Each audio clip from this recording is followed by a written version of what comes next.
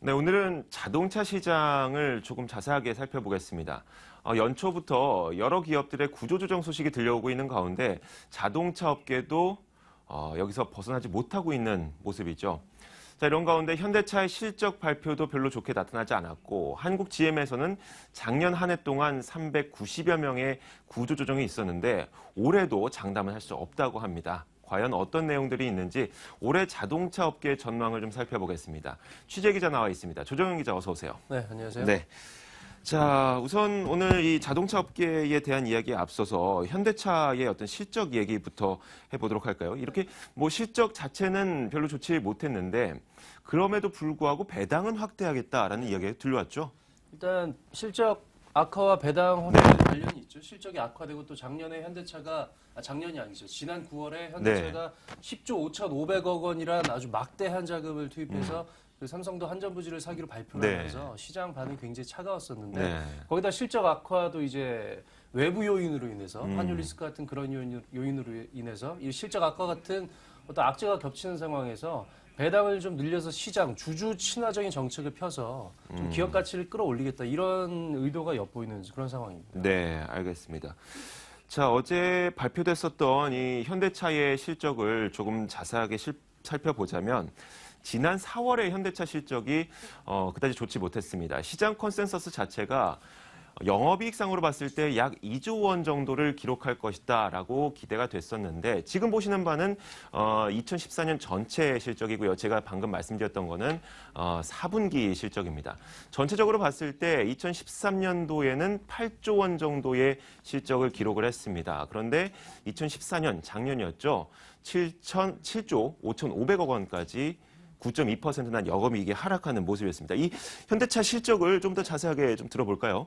현대차 실적을 보면 연간 한 8조 정도를 벌어들이죠. 어떻게 보면 삼성전자의 한 3분의 1 정도?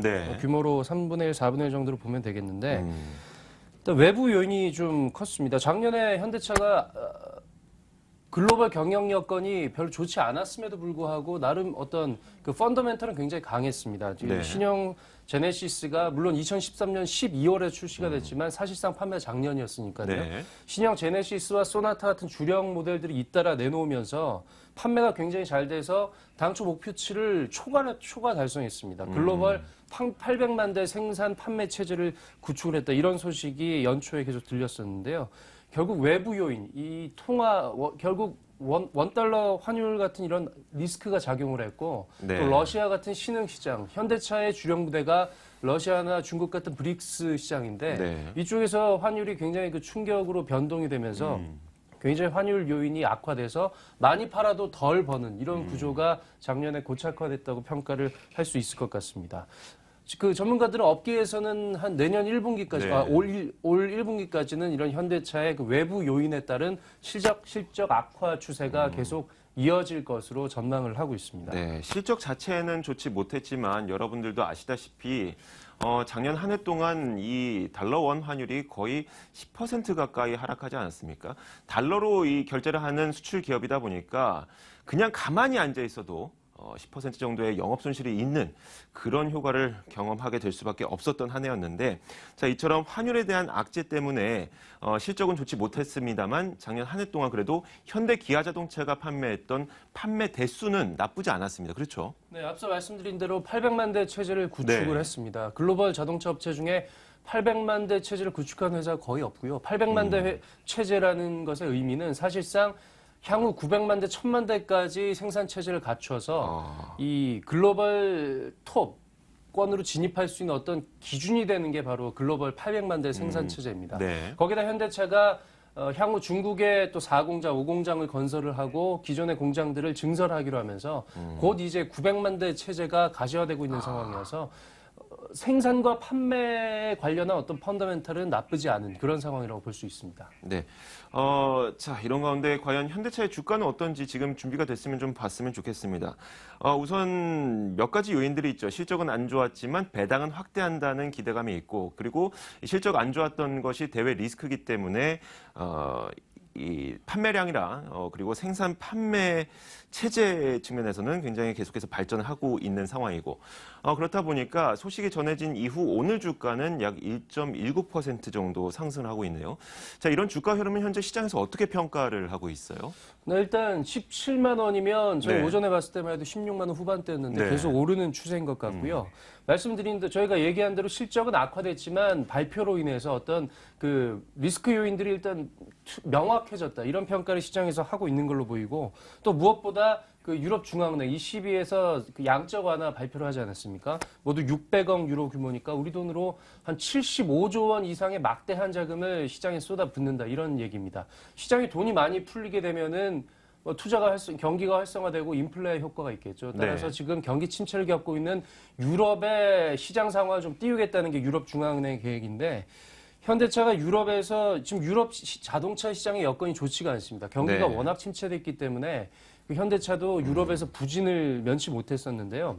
결국에 이런 ECB의 양적 완화가 현대차에 호재도 되고 있고 전반적으로 제조업, 산업에 호재로 작용하고 있는 만큼 그런 부분이 주가에 영향을 미치고 있는 걸로 보이고요. 또 그 현대차가 배당을 확대하기로 한 이런 부분도 시장 친화적인 정책으로 평가가 되면서 어떤 주가가 좀 긍정적인 흐름을 보이는 것에 일조를 하고 있다. 이렇게 평가를 할 수 있을 것 같습니다. 얼마만큼 배당을 지금 계획을 하고 있고 또 이 배당을 늘리게 된 어떤 속내라고 할까요? 뭐 투자자 입장에서는 좋긴 하지만 그 이유도 있을 것 같은데요. 현대차가 원래 전년에 배당을 보면 주당 1,950원을 현금 배당을 네. 했었습니다. 그걸 이제 3,000원 수준으로 늘리기로 했는데요. 아. 두 가지를 좀 살펴봐야 되겠습니다. 배당 성향과 배당 수익률을 봐야 하는데 배당 성향이란 건 이 회사가 벌어들인 소득 중에서 얼마를 현금 배당으로 실시하느냐 이 비율을 말하는 게 배당 성향입니다. 현대차의 배당 성향이 겨우 6.2%였었는데 6.2%였었는데 이번에 3,000원으로 늘리면서 이 배당 성향 그러니까 현대차가 벌어들인 돈 중에서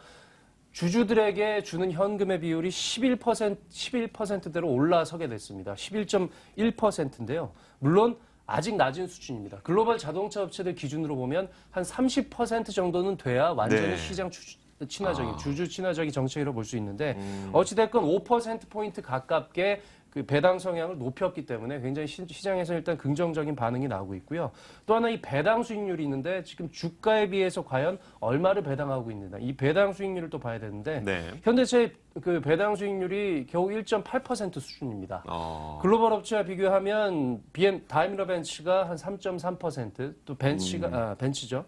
BMW가 3.1%, 토요타가 2.7%. 다시 말해서 한 3% 정도는 그 주가에 대비해서 배당을 해야 이게 글로벌 업체의 수준이라고 시장에서 평가를 하고 있는데 현대차가 1.8%에 불과했던 이 배당 배당 수익률을 좀 더 끌어올리기 때문에 이 부분도 긍정적인 요인으로 받아들여지고 있는데 일각에서는 그 당초에 한 3,000원에서 4,000원 정도의 현금 배당을 실시하지 않겠냐 이런 전망이 나왔었는데 그 구간 중에서 일단 약간은 낮은 구간이라고도 볼 수 있죠. 3,000원을 택했습니다. 따라서 기본적으로는 긍정적인 요인으로 평가를 하면서도 일각에서는 좀 더 많이 할 수 있지 그렇죠. 않냐 이런 아쉬움의 목소리도 나오고 있는 게 사실입니다. 우리나라 기업들의 이 배당 수익률 자체가 그렇게 높지 않았기 때문에 이만큼 늘린 것 같다가 꽤 크다라고 반응하시는 분들도 있을 거고 네. 글로벌과 비교했을 때는 아직도 부족하다라고 말씀하시는 분들도 있을 것 같습니다.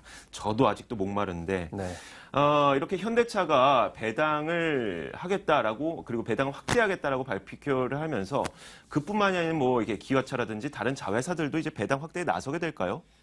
그럴 것 같습니다. 일단 모비스가 잠시 후죠. 한 11시 반 이후에 그 실적을 발표할 예정인데 과연 배당과 관련해서 어떤 얘기가 나올지가 좀 주목을 받고 있고요. 오후 2시에는 기아차의 작년 4분기 실적 발표가 예정이 되어 있습니다. 기아차도 현대차와 마찬가지로 어떤 배당 확대를 발표를 하지 않을까 이런 전망이 우세한데요. 지금 현대모비스, 현대제철, 현대하이스코, 현대위아, 현대로터 이런 그 대부분의 현대차 그룹 계열사들의 배당 성향이 한 10%, 배당 수익률은 1% 미만에 그치고 있습니다. 현대차와 비슷한 상황인데 네. 굉장히 그 주주들에게 배당하는 게 짠.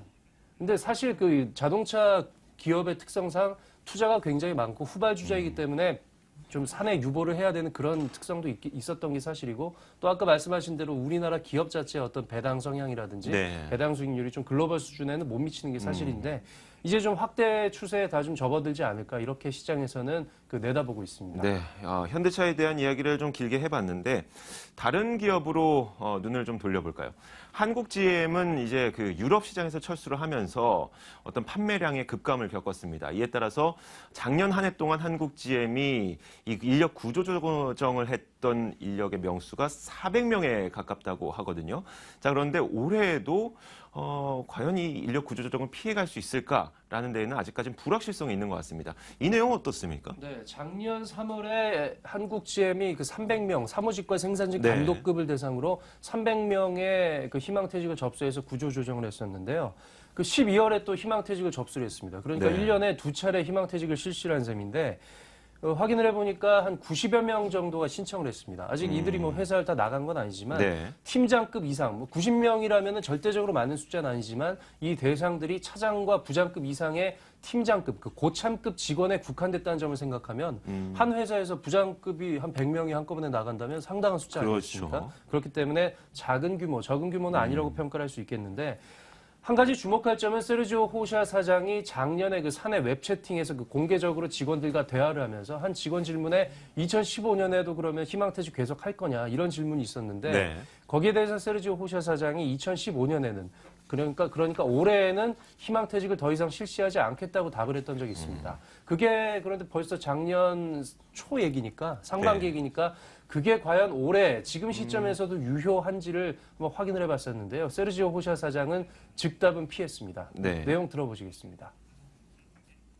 No company, successful company, that exists without employees.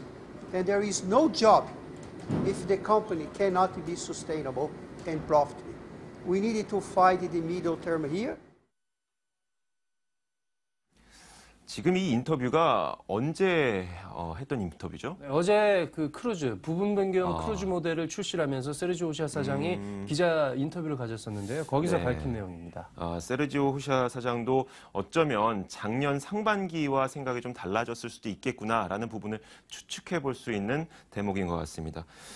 참 인터뷰를 보면서 세르지오 후샤 사장은 참 세르지오처럼 생겼다라는 생각을 좀 했어요. 네, 브라질 사람인데요. 굉장히 브라질답게 굉장히 네. 유쾌하고 네. 또 상하 격식이 없는 좀 우리나라와 CEO들과는 다른 면모를 많이 보여주고 있는데 또 네. 민감한 부분에 대해서는 역시 즉답을 피하는 어쩔 수 없는 CEO의 입장을 또 내보이기도 했습니다. 네, 그렇습니다.